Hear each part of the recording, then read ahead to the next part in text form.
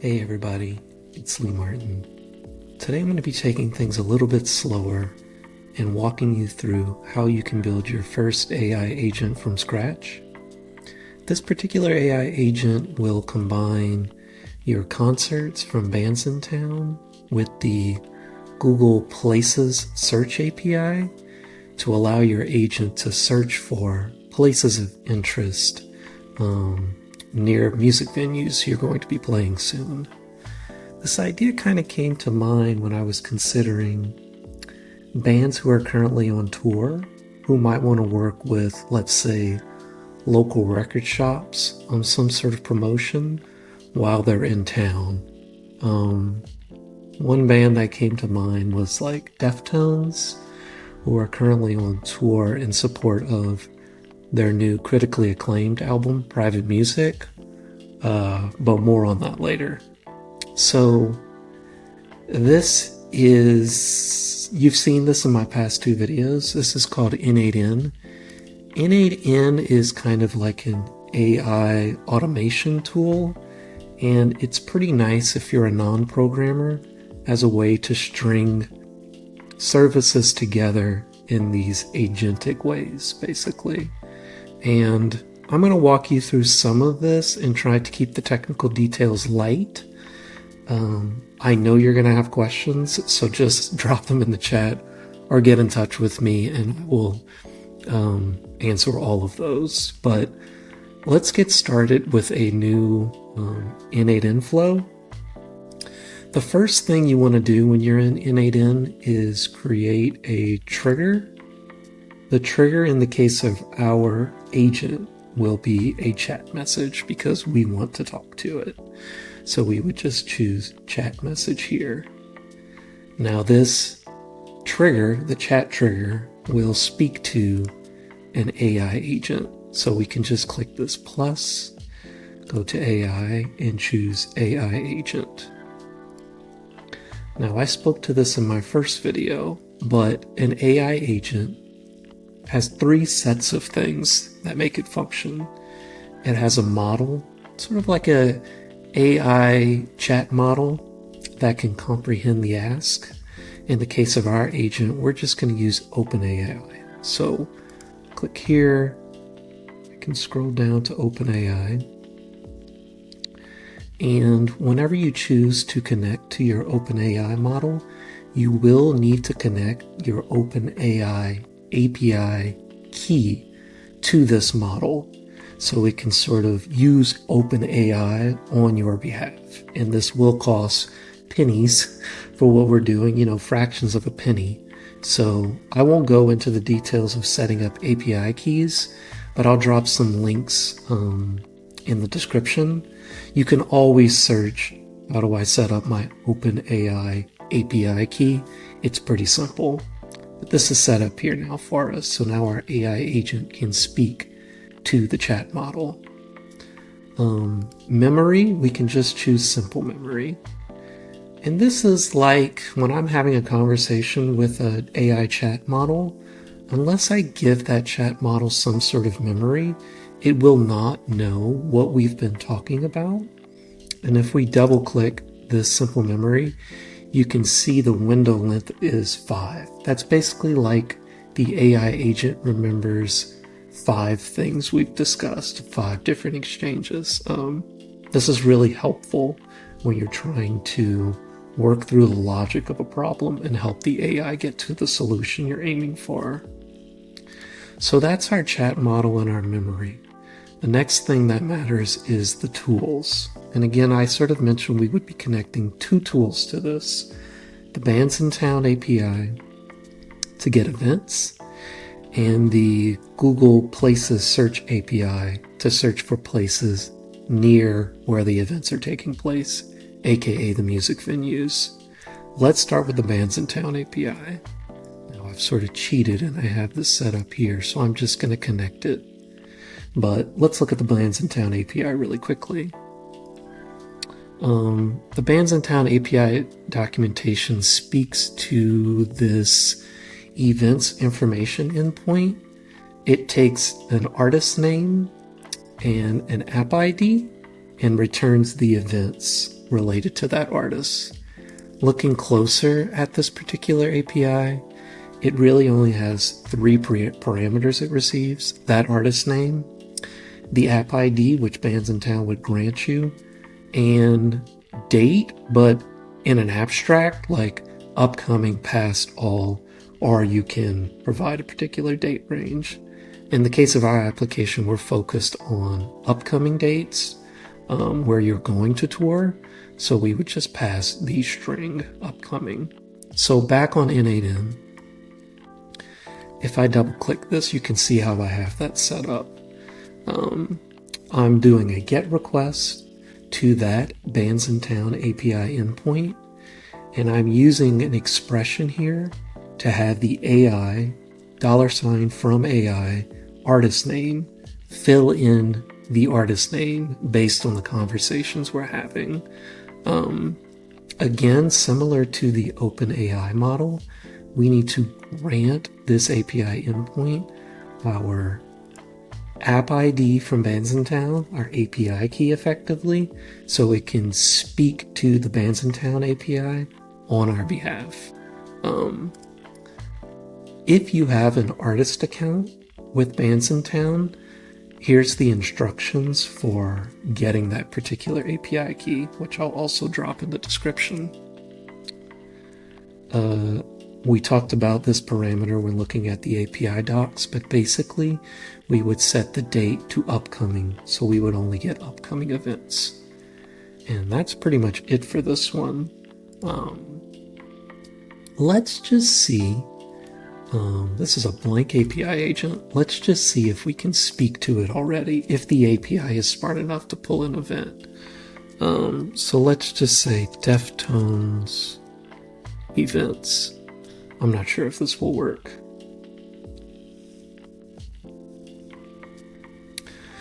So even without instructing the AI agent very specifically, the AI agent still kind of understands there's a get events tool. You're asking for events about the Deftones.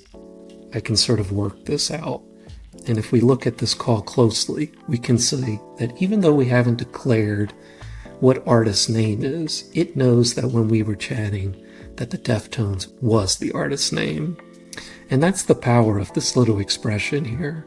By saying from AI, artist name, the AI begins to sort of connect the dots for you. Oh, artist name. If he says an artist name, I should probably drop it in here, which is super nice. So we've got it collecting events. Let's move on to Google search. But before we do that, let's just look at this call here. This is what Bandsintown is responding with, and there's a bunch of great things here, like the tickets URL, the venue location and name. In particular, we're curious about the latitude and the longitude because we're going to be using those coordinates to query the Google Places Search API. There's information about the artist, in this case the Deftones, all sorts of fun stuff. It's kind of fun to kind of go through this and think of compelling ways you might use this data. So back to the Google Search API. I'm going to connect this to my AI agent. And let's look at that API really quickly. So this is a legacy API. Google has actually recently moved towards replacing this, but for the sake of this demo, I'm just going to use this old one since it's pretty basic. Again, this is the API endpoint, and it takes 3 parameters that are of interest. First, it takes the location that we're going to be searching from, which is the latitude and the longitude, which we'll be pulling from the venue. The radius, how many meters surrounding that in a circle, we'll be searching. I think I'm going to use like 3,000 or 5,000 meters, which will be like 3 miles. And the keyword, what are we looking for? For the sake of this demo, we'll probably be using the phrase like record shop. But again, since this is an AI agent, we can say any number of things. And again, we will need an API key to communicate with this API on behalf of our Google account. This is something I invite you to just Google literally, and it will give you instructions on getting that API key. But let's look at how we would actually set that up in N8N. So we have another, and I should say, these two things existed, but if you want to create a new HTTP request, you just click this plus, and it's recommended here, HTTP request tool. This is how we communicate with most APIs. I've built these already to sort of speed this demo along, but let's go break it down. So I've given it a description. This is good because it kind of informs the AI what this particular tool would accomplish. I think it's a post. Let me make sure.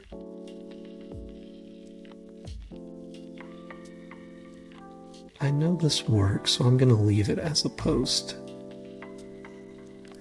A post being the method by which we're going to communicate with this API. API endpoints have all sorts of methods, and they're really simple to understand. Basically, like if there's an API that has information, we would typically be using a GET request to get that information.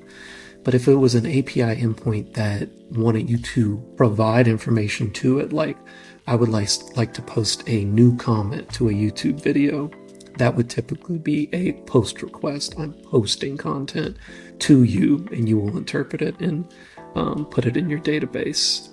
I think this is actually a GET request, but post is probably fine for this purpose also. Again, that API key needs to be provided here. For that, I would choose a generic credential type, query auth, which means the key is being added to the URL endpoint as the parameter of key and the value of my API key. A little bit confusing, but that's basically just providing the API key to the Google API so you can get this information. And then the parameters, radius, I'm setting it at 5,000. Location, again, I'm using the from AI to provide the venue coordinates. And keyword, which keyword am I searching with? What topic of place? What category of place? Like record shop.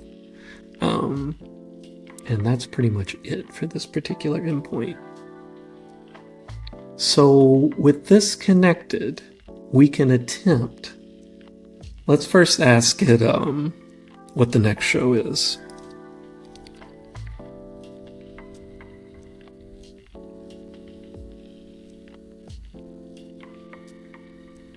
So it thinks the next show is October 3rd at the Aftershock Festival in Sacramento, California. Now, without directly instructing the AI agent how it should function in relation to these tools, let's see if we can get some information about some close places. Let's try searching for record shops near this venue.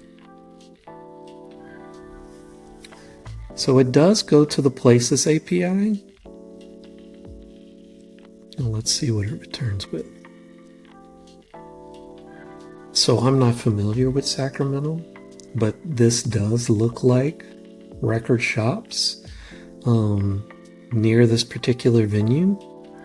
So that's pretty nice, given the fact that we haven't instructed it specifically what to do. And let me go into that a little bit.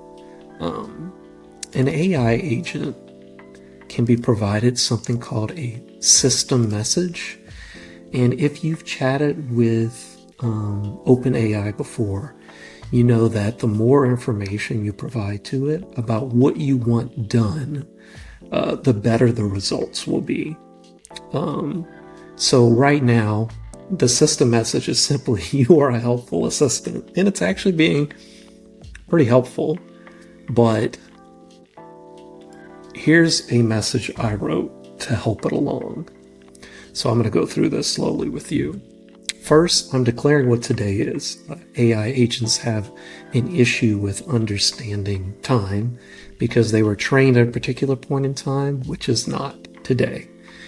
So we can sort of declare that first and foremost. And then we give it a role. You are a concert data and places data assistant, and you help users find places near music venues. Then we can start talking about the tools. We have the get events endpoint that communicates with the Bandsintown API. And we have the get places endpoint that communicates with the Google Places API. And I'm sort of shedding light to the parameters that are required to communicate with these particular APIs. Again, usage rules require parameters. This is again just kind of telling the AI agent what is expected to call these particular endpoints. So you need the artist name to fetch concerts, and you need the coordinates and the keyword to fetch nearby places. And then we can just speak to like what it should respond with. So whenever you're getting events, I'm telling it to list these key details and to send the coordinates as a lat long string. It seems like the AI agent was already doing that, but we're going to tell them anyway. And then when it gets places, similarly, let's go ahead and get that rating also, the address, and order it by distance from the concert venue. And again, sort of helping it along. Venue coordinates expect lat comma long, and place keyword expects a keyword. And this etiquette line just sort of tells it to not aggressively talk to any of these APIs, because APIs have quota limits that can be reached when you send a bunch of requests through really quickly. So I'm just going to copy this and go to expression. Let me make this big and paste it into here. And you can see this sort of variable for today and now be filled in here. Now, the AI agent was actually already pretty good about doing what we needed it to do, but let's see how this changes things. Next, Deftones show. Of course, it would be funny if it actually failed now that we told it to do, but there you go. The next Deftones show, and it's listening to those response guidelines we sent to give a little bit more information. And record shops nearby. I suspect this is going to be similar. Guaranteed music, open now with the rating.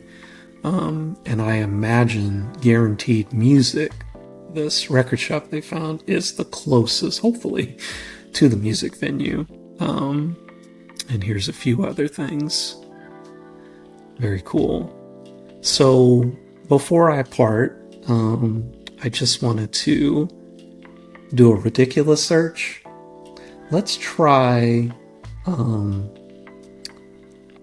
so the Deftones record, if you're not familiar, has this, I think it's a king snake, maybe an albino king snake, a very striking image for the album cover. And if I was on the marketing team, I would be looking for ridiculous ways to market this in the markets we'd be touring in. And two things come to mind when I see this: zoos and like reptile houses, or pet stores, or exotic, animal stores or something. So what if we wanted to partner with a bunch of pet stores near venues or within the cities? Can we look for pet stores near the, let's say, next 5 concerts we're playing? I know that Deftones are playing shows out of the US also, so I'm not exactly sure what this prompt will do, but let's see what it gives back. So let's just ask it very specifically, can you list out pet stores near the next 5 venues. So it's going to go to Bandsintown first, probably to get the next 5 shows. There you see it. And then it's going to go to Google and make 5 searches with a 5,000 meter radius looking for pet stores.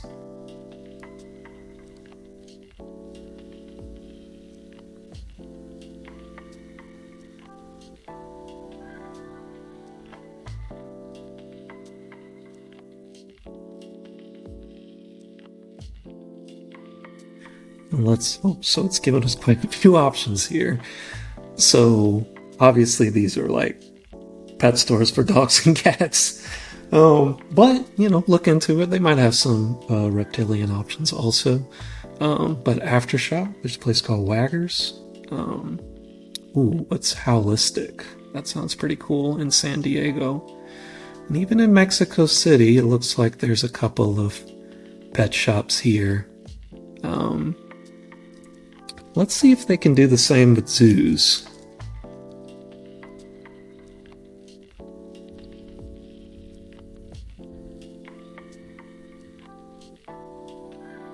Last time I looked up zoos, it didn't work so well. Not many zoos. But let's give it a shot. Now this is going to be a much more constricted, like a zoo that's within 3 miles somehow of the music venue. Seems like a pretty niche search. And yeah, this is what I was kind of seeing. Like, it's giving just parks sometimes, or like parks with petting zoos I see. But this is a good one, the San Diego Zoo. If I was playing this particular show, maybe I wanted to partner up with the Reptile House and hand out something fun there related to the new album. Anyway, this one, a little bit more of a verbose video, but I hope it clarified a little bit of how easy these things could be to set up. Now, there is a little bit of technical jargon in there, API endpoints, methods, API keys, things like that, but please reach out to me, drop a question in the comments, and I'll drop some links to sort of demystify some of that stuff. Because once you conquer the basic lingo of how APIs work, this becomes a lot easier and a lot more powerful. If you enjoyed this video, please like it, subscribe to the channel. I've got a lot more ideas to share with you. Thanks for watching.